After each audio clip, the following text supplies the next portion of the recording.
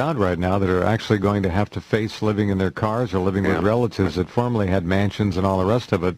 And they're not real happy. Stresses build, yes. Yeah, we have tent cities now popping up all over the United States. Suburbs. What are they called? Suburbs or bushvilles. There you go. I had a plan that I think many cities ought to consider, and that we've all seen mini storage units put up with, just cinder block construction, 10 by 15, 10 by 20. I think cities ought to actually begin building these with an eye toward, in the future, running them as actual storage facilities for profit. But in the meantime, they should be made available to the truly homeless, give everyone a 10 by 20-foot space, 24-hour security in there with public restrooms and showers for people who truly are down and out. Then when this eventually mitigates, they could take these places and actually turn them into for-profit businesses run by cities and employ people. I mean, I don't see why that can't happen. Structure and shelter is structure and shelter, and those are very strong, sturdy buildings. Yeah, but that's too complicated. I mean, look at the potential now that government is taking over Fannie and Freddie, 6% of mortgages. When those default, hey, we could end up with the government in the housing business directly, just like the Kremlin of 25 years ago. Right. Well, going back to the Soviet. And besides which, in our language, we see that the social contract is going to be shattered over these 5 months, and it won't make much difference. We'll get to a point in 2009 when people will be going along in a very abysmal state, see an empty McMansion, and say, hey, we're home. And just take it. They'll just come on in, and we'll have squatter rules. We're going to have warfare between the law enforcement, which is not to say peace officers, not police, but law enforcement. Well, they just make the laws to make it legal, their actions, whatever they decide that they're going to do. We know now that Northcom has at its disposal one of the most deadly combat units that served in Iraq, right here. Yeah, I understand that, and that's been going around the net, but everybody needs to be appraised of the fact that brigade is at less than full strength, and these guys may indeed be battle-hardened, but they're also battle-weary, and it brings right back to actually it comes down to a question that we've seen in the data. The question is not, will the battle-hardened sons and daughters of the populace of the U.S. come home and kill their parents? Because we know that they have been trained to do just that, and they've been shocked and their brains have been tortured by the drugs and the experiences they've gone through in a way that none of us will ever really understand unless you go through it. But the real question is going to come in 2009 is, will those parents shoot those children after they have shot their neighbors? Wow. And it's coming to that. Wow. Now, that small brigade cannot garrison the United States. The United States cannot be garrisoned. China, the largest population on the planet, understands you cannot garrison an effectively without 20% of the population being in active cahoots with the oppressors. And this is true of the Roman Empire, any empire you've ever seen. So I don't see garrisoning occurring in the United States. That's the formula. Well, we've got 300 million people and about, I don't know how many, 100 million, several hundred million guns and so forth. It's not going to happen. They actually, thank God for guns in this country, or it might be a different story. Without the ability to protect ourselves, this is the only thing really keeping these controllers from trying to somehow garrison. They're not going to be able to do it, but at least try to impose. I don't think martial law would work. Martial law would create an instant condition of general anarchy in most of the countries. And revolution, correct. It would just bring up the language almost instantly. Yeah. That's right. And the cops aren't going to go out and do it. They're going to be staying home taking care of their own families. It's just... Well, or assigned to the institutions to protect them, and at that point, they're going to say, am I loyal to this bank? No, I'm worried about my family in that Can you subdivision imagine that, sending out cops to protect a bank in this kind of a situation? They're going to just say, forget it, I'm out of here. Not all of them, Yeah, there's a serious problem that comes up too, Jeff, about when we talk about the threat to the social contract. Remember that as the currency is debased in order to pay for all the bailout stuff that's coming down the pipe, right. Where are we going to get the money to pay the prison guards, the police, the firemen, enough money in devalued paper so that they can maintain parity with their current living conditions? And the worst thing, America... Go ahead, George. Cliff, go ahead. I would say, especially when we're supporting a military in 190 countries around the world. That's beyond belief what's Here, going on. let's print some up for you, Jeff. Yeah, well, send it along. Yeah. I need some Yeah, hey, kindling. George, be sure and ship that package up to me, too. Oh, yeah. No problem, Hunter. All right. We'll be back with George and Cliff as we dig into the last pie tonight. Maybe we'll explain that to you as we spend another hour with our colleagues and friends here in just a few minutes.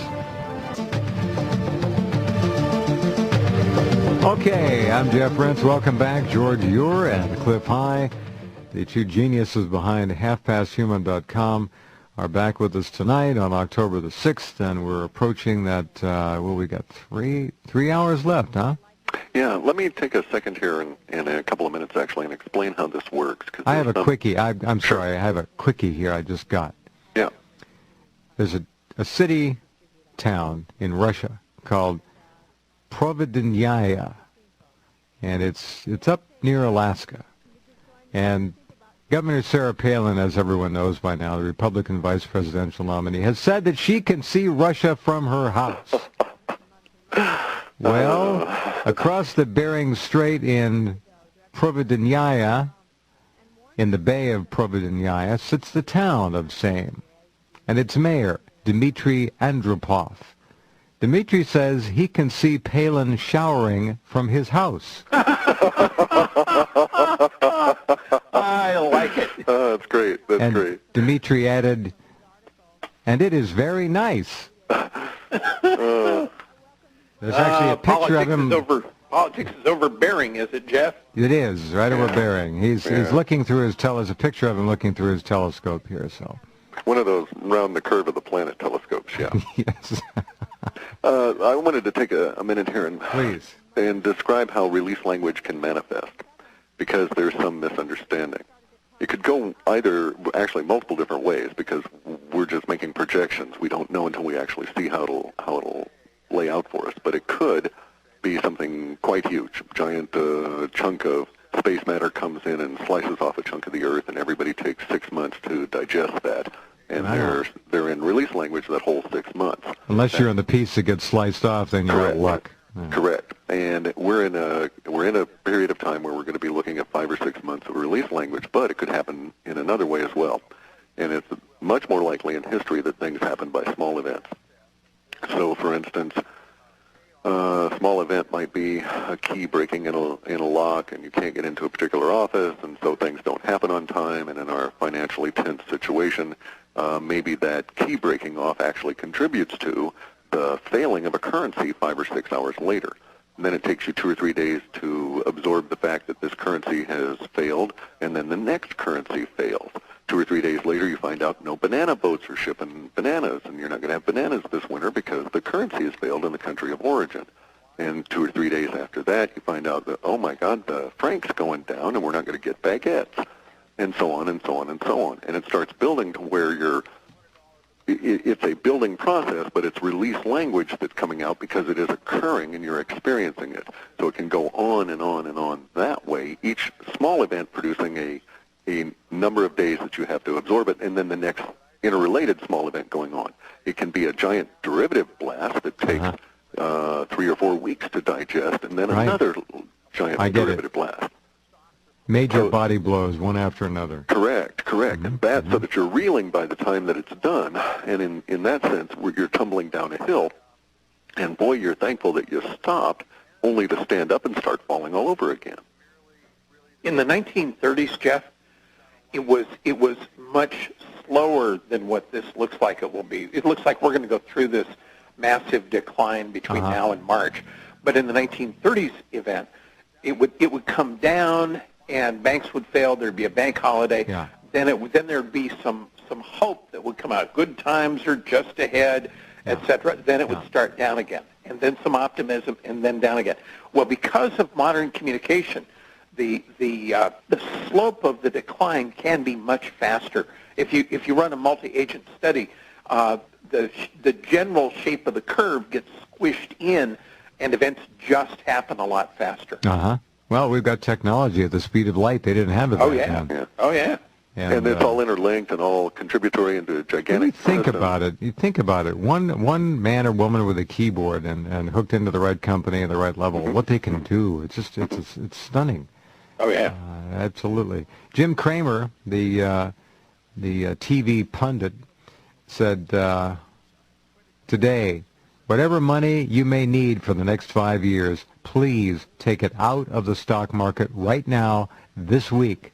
I do not believe that you should risk those assets in the stock market at this point. Cliff, how long ago did we say flee paper assets? 2002, maybe? Yeah, 2003? Yeah. Yeah. Right. Well, And the thing, look, the release language here, look what could happen. You have gold, for instance. What if gold did $50 in a day, and then the next day it did another 50, and the day after that it did 100? All kinds of release language associated with that, because basically that's a metric of how fast the currency is dying. And that's our fundamental thing here, is that the currency, let me state that when we go into this release period in a few hours, about 51%